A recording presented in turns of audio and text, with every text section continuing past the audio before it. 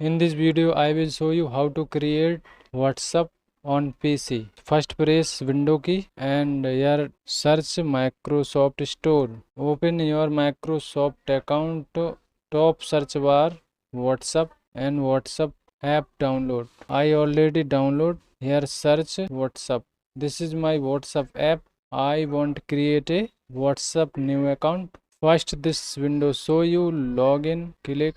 If you have already WhatsApp account in mobile, so step 1 go to WhatsApp, like search WhatsApp on Android and 3 dot click here. After that go to link device, click and link device again, click and password enter. Open camera. Your this barcode scan, so you can use mobile and laptop both device use one WhatsApp. Open my WhatsApp. What